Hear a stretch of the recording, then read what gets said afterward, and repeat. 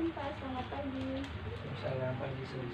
Sebelumnya perkenalkan dengan saya Perawat Rizka yang akan merawat Bapak dari jam 8 sampai jam 2. Apakah benar dengan Bapak Ranu? Iya, Sus.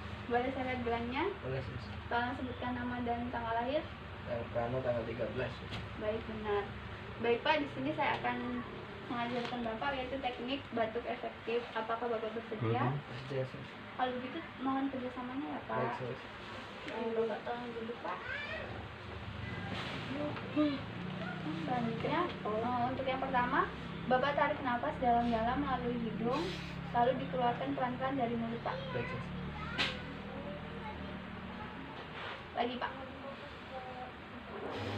Sekali lagi Pak. Selanjutnya, nanti Bapak batuk 2 kali, kalau bisa dengan penuh kekuatan ya Pak. Baik, Sus. Maksudnya keras. Baik. Gini ya Pak. Baik, Sus. Baik, 1, 2, 3. Baik. Bagaimana Pak? Apa sudah mendingan? Dengan, Sus. Baik Pak. Baik Pak, nanti kalau terasa sesak dan terasa ada dahak bisa melakukan teknik tersebut ya Pak. Iya, Sus. Ada yang ingin ditanyakan Pak? Tidak.